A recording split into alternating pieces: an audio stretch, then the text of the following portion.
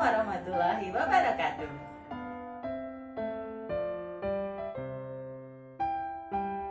Halo murid-murid semuanya, berjumpa lagi bersama Wida di sini. Kita akan belajar bersama lagi, belajar dari rumah. Kita bisa. Selalu jaga kesehatan dan kebersihan diri ya, dan tetap di rumah aja. Hari ini kita akan belajar tentang tahapan perkembangbiakan kata, menyampaikan saran kepada teman, serta berhitung perkalian.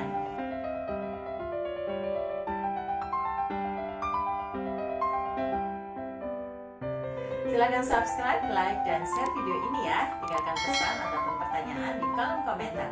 Semoga bermanfaat. Oke, murid-murid semuanya, bagaimana kalau kita belajar di luar lagi? Yuk! Di sini tempatnya sangat nyaman sekali. Banyak sekali hewan yang hidup di sini loh. Ada ikan, ada siput, ada katak, ada burung, dan masih banyak lagi.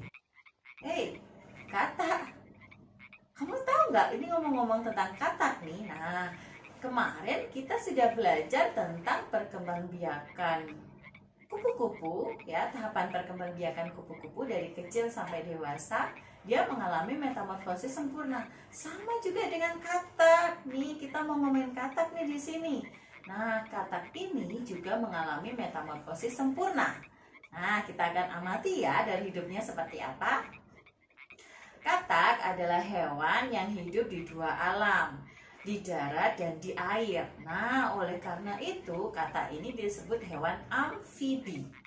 Nah, katak suka sekali memakan serangga dengan menjulurkan lidahnya. Katak mampu bertelur dalam jumlah yang sangat banyak. Telur-telur katak ini ditempatkan di tanaman di air. Nah, tetapi tidak semua telur dapat menetas. Kenapa ya? Nah, ini karena pengaruh dari induk katak betina. Selain itu, juga ada kondisi dari lingkungan sekitar telur. Nah, seperti apa? Seperti aliran air yang deras, atau ada juga pemangsa, atau mungkin bahkan kegiatan manusia. Nah, telur-telur yang tadi disimpan di tanaman di air tadi, dia akan menetas menjadi kecebong dalam waktu beberapa hari. Nah, kecebong ini bentuknya seperti teri, guys. Ya, kecebong ini hidup di dalam air dan bernafas dengan insang. Ia makan alga atau gangga atau hewan lain yang lebih kecil. Bahkan si kecebong ini juga memakan sesama kecebong juga loh. Hal itu dilakukan untuk bertahan hidup. Nah, setelah menjadi kecebong, kemudian kecebong ini berubah menjadi katak muda. Nah, katak muda ini cirinya dia sudah mulai tampak ada kaki depan dan kaki belakang. Nah, bagaimana dengan ekornya? Ekornya lama-kelamaan akan menghilang. Katak muda akan mulai bernafas menggunakan paru-paru. Nah, ia mulai bisa hidup di darat. Nah, pada katak muda ini gigi-giginya tipis-tipis sekali. Nah, mulai tumbuh. Sehingga katak muda bisa memakan makanan seperti serangga yang ada di sekitarnya. Katak akan memasuki fase dewasa setelah 12 minggu. Katak dewasa ini akan menanggalkan ekornya dan memiliki bentuk yang sempurna. Katak akan menghabiskan sebagian besar hidupnya di darat dan bernafas menggunakan paru-paru. Nah, dari daur hidup katak ini, tahapan yang paling penting adalah ketika katak menjadi telur. Kenapa? Nah, karena ketika katak menjadi telur sangat rentan sekali terhadap bahaya mangsa maupun aktivitas manusia. Nah, telur tidak bisa melawannya. Apabila telur diganggu, telur ini tidak dapat tumbuh menjadi katak dewasa. Pernahkah kalian memegang katak atau kupu-kupu? Ada orang yang berani menyentuh keduanya. Nah, seperti Benny nih. Bahkan ada juga yang seperti Lani, dia tidak berani sama sekali. Setiap orang mempunyai keberanian yang berbeda-beda. Kita harus menghargainya dengan cara tidak menakut-nakuti teman yang kurang berani. Nah, justru sebaliknya, kita harus membantu teman supaya tidak takut. Bagaimana caranya? Bagaimana caranya supaya teman tidak takut? Nah, Caranya dengan mendekatkan hewan tersebut pelan-pelan ya. Beritahu kepada temanmu bahwa hewan ini tidak menakutkan. Kalian juga bisa mencontohkan cara memegangnya. Pelan-pelan saja. Tapi Bu Ida ini geli kalau harus megang katak. Tapi Bu Ida berani kalau pegang kupu-kupu. Nah, kupu-kupu dan katak ini sama-sama berkembang biak dengan cara bertelur atau ovipar.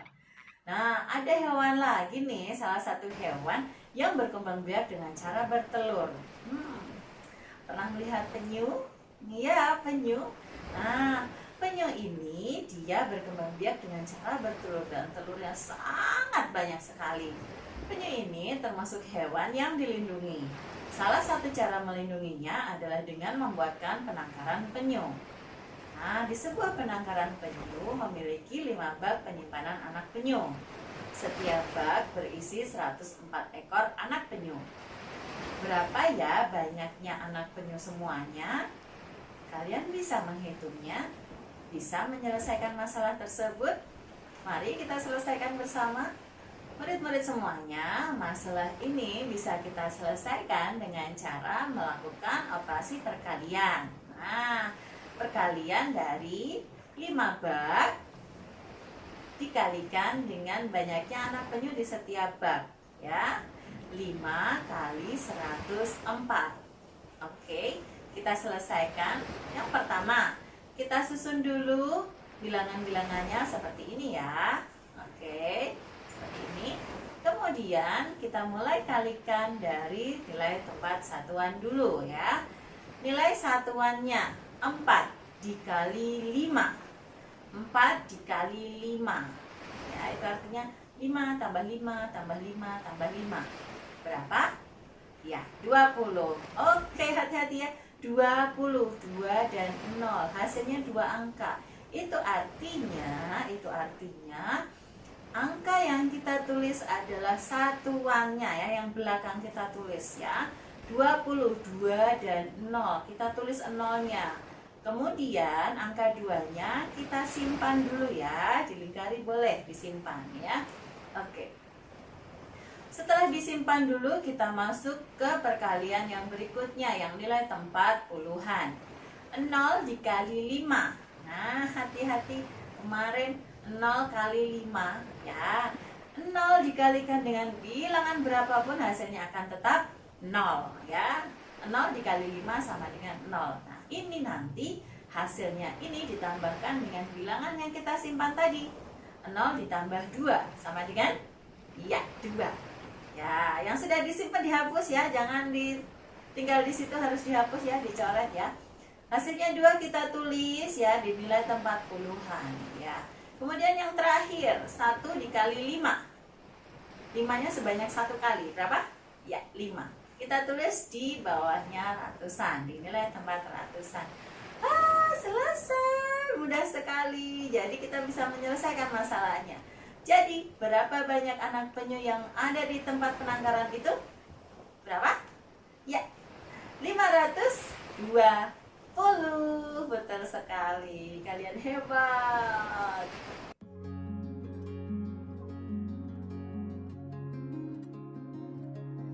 Nah, dalam melakukan operasi perkalian ini yang harus diperhatikan adalah yang pertama ya, kalian harus teliti dalam menyusun susunan bilangannya yang ke bawah ya, jangan lupa.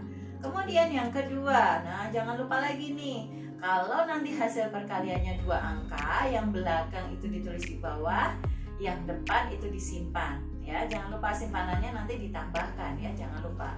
Kemudian dihapus, kalau sudah disimpan tolong dihapus supaya nanti tidak lupa ya. Kemudian yang jelas kalian harus teliti dalam berhitung, mengalikannya harus teliti ya. Tidak percaya, kalian pasti bisa.